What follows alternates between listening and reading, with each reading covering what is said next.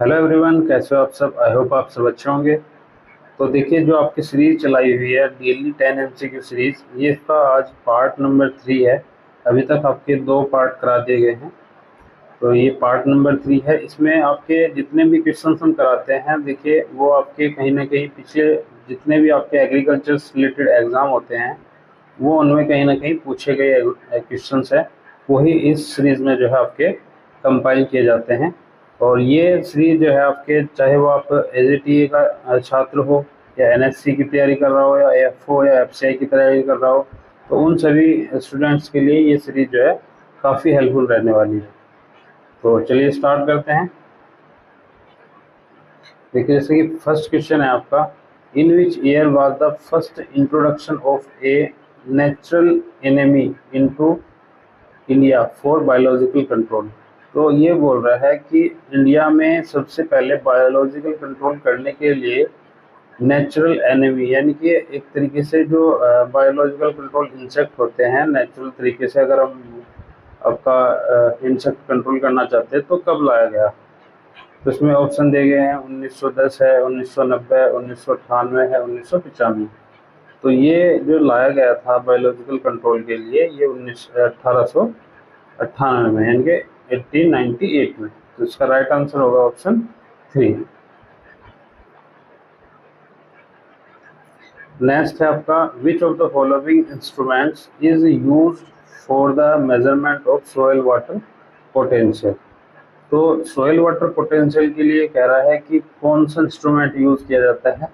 तो इसमें किया जाता है आपका टेंसियोमीटर। क्योंकि सॉइल वाटर पोटेंशियल क्या होता है, जो एक तरीके से जो वाटर अवेलेबल होता है सॉइल में, या एक तरीके से ये कह लो जो मृदा में नमी होती है, नमी, ठीक है, मृदा में जो नमी की मात्रा निर्धारित की जाती है, वो यह टेंसोमीटर के द्वारा की जाती है।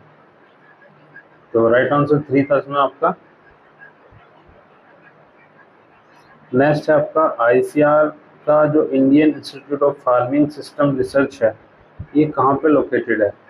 जैसे ऑप्शन दिए गए हैं आपके, बीकानेर राजस्थान है, करनाल है, मोदीपुरम मेरठ है, और भोपाल मध्य प्रदेश है। तो जो आपका ICR का जो फार्मिंग सिस्टम रिसर्च इंस्टीट्यूट है, ये आपका मोदीपुरम मेरठ में, यानी कि उत्तर प्रदेश के मोदीपुरम मेरठ में ही स्थित है। काफ़ी ज़्यादा पूछा जाता है ये। एक तो ये क्वेश्चन पूछा जाता है आपका, जो आपका फार्मिंग सिस्टम रिसर्च है, और एक पूछा जाता है आपका NIOF, जो आपका गाजियाबाद में है, नेशनल इंस्टीट्यूट जो आपका ऑर्गेनिक फार्मिंग का है, ठीक है।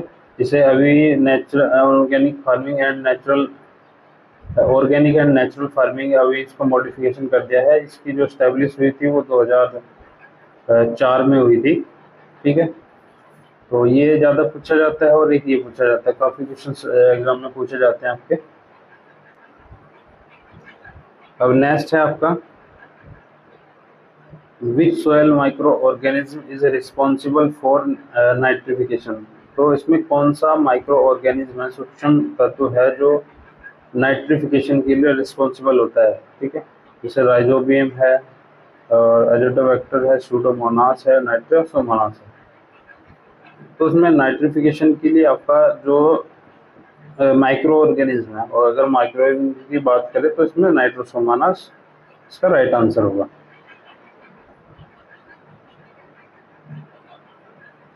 नेक्स्ट है आपका, aphid is responsible for which disease in तम्बाकू। तो जो एफिड होता है, ठीक है, जो एफिड होता है तम्बाकू में, किस डिजीज के लिए रिस्पॉन्सिबल होता है।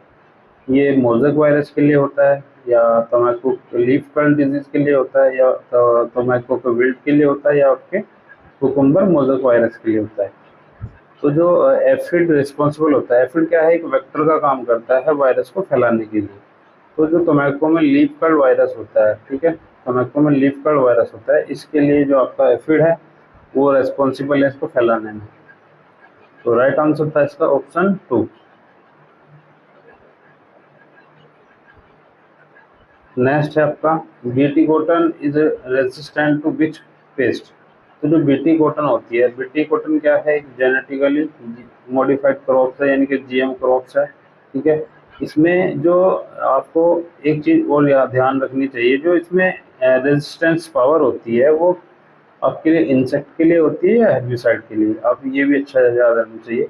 जिसमें रेजिस्टेंस पावर रखी जाती है, जीएम क्रॉप या जेनेटिकली मॉडिफाइड जो क्रॉप बनाई जाती है, ये स्पेशली हर्बिसाइड के लिए बनाई गई है क्रॉप है।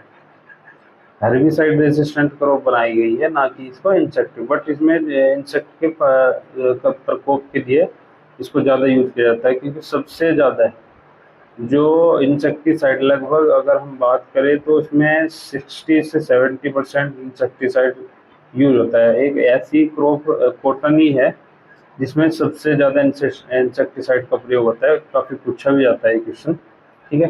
तो बीटी कॉटन रेजिस्टेंट होती है आपकी बोलवर्म के लिए। इसके कुछ मुख्य पेस्ट भी हैं, जैसे आपका पिंक बॉलवर्म है और आपका अमेरिकन बॉलवर्म है, ठीक है। ये कुछ मुख्य पेस्ट भी हैं इसके जो इसमें लगते हैं। अब नेक्स्ट देख लेते हैं। नेक्स्ट है आपका which of the following trade name of Bolero. देखिए जो बोलेरो है ये क्या है, हर्बिसाइड है, हर्बिसाइड है, ठीक है। तो इसका ट्रेड नेम पूछ रहा है कि बोलेरो का ट्रेड नेम क्या है। तो जैसे कि यहाँ पे ऑप्शन दे रखे हैं, मतलब ये बोलेरो जो है ट्रेड नेम है, तो ये इनमें से किस हर्बिसाइड का ट्रेड नेम है। तो जैसे ऑप्शन दिए हैं, ब्यूटाक्लोर है, फ्लोरोक्लोरिन है, बेंथोकार्प है, पेंडिमेथिलीन है, ठीक है। तो जो बोलेरो ट्रेड नेम होता है ये आपकी जो बेंथोकार्प हर्बिसाइड होती है इसी का आपका ट्रेड नेम होता है।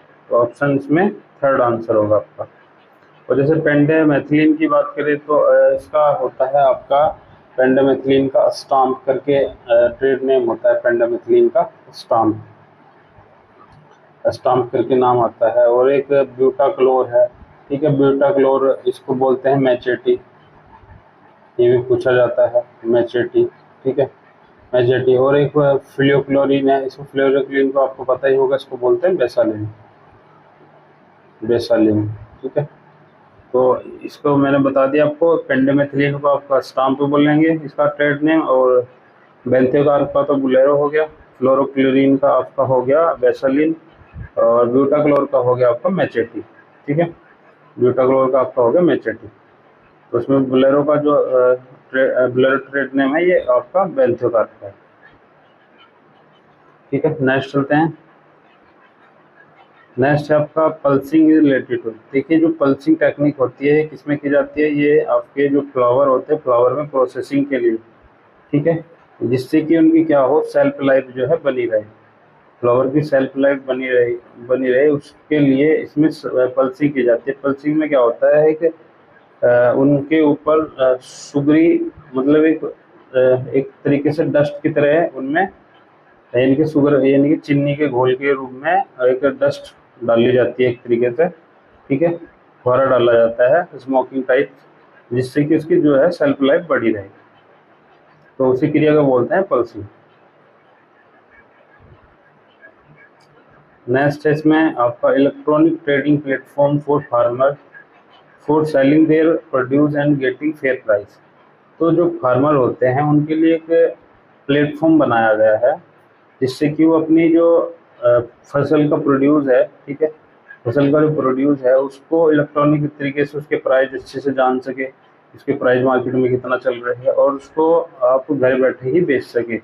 यानी कि एक ऐसा ई प्लेटफॉर्म बनाया है सरकार ने, तो उसका नाम पूछ रहा है। तो उसका नाम जैसे ई ट्रेड है, चौपाल है, ई नाम है या अक्षय। तो जो ई नाम है, ई नाम एक ये एस्टेब्लिश है आपका जयपुर में, जयपुर में स्टेब्लिश है।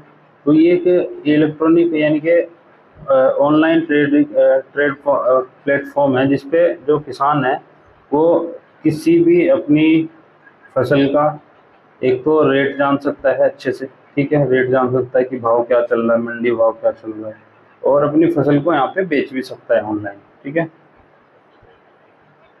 तो इसमें था आपका ई नाम। नेक्स्ट है आपका crinkle leaf of cotton is a disease of the cotton crop which is caused due to the which of the following।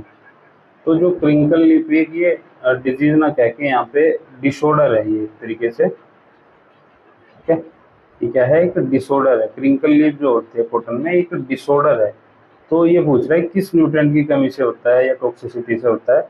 तो जो क्रिंकल लीफ होता है कॉटन में, ये आपका एमोनियम के मैग्नीज की टॉक्सिसिटी के कारण होता है, ना कि डिफिशियंसी।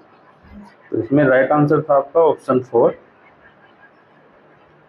तो ये थे आपके टोटल 10 क्वेश्चंस। आई होप आपको अच्छे से समझ आए होंगे और क्वेश्चंस भी काफ़ी मतलब हेल्पफुल थे। जो पीछे आपके एग्ज़ाम में आए हुए क्वेश्चंस थे, ज़्यादातर पूछे गए क्वेश्चन थे, काफ़ी इंपॉर्टेंट क्वेश्चंस थे। आई होप आपको वीडियो पसंद आया होगा, और वीडियो पसंद आएगा तो वीडियो को लाइक कीजिए और चैनल को सब्सक्राइब कर लीजिए। तो मिलते हैं नेक्स्ट वीडियो में, तब तक के लिए जय हिंद, धन्यवाद, बाय बाय।